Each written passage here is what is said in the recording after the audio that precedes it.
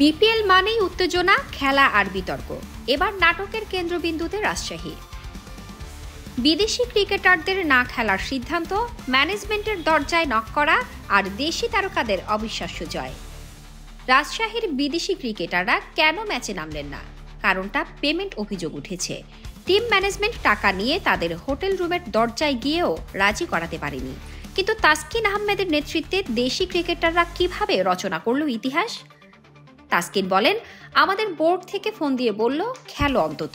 বিদেশিদের বোঝানোর চেষ্টা করেছি, কিন্তু তারা টাকা ছাড়া খেলবে না বলে জানিয়ে দিল। সবচেয়ে মজার ব্যাপার হলো, এই অস্বাভাবিক পরিস্থিতির মধ্যেও রাজশাহী খেলেছে কেবল দেশি ক্রিকেটার নিয়ে এবং জয় তুলে নিয়েছে।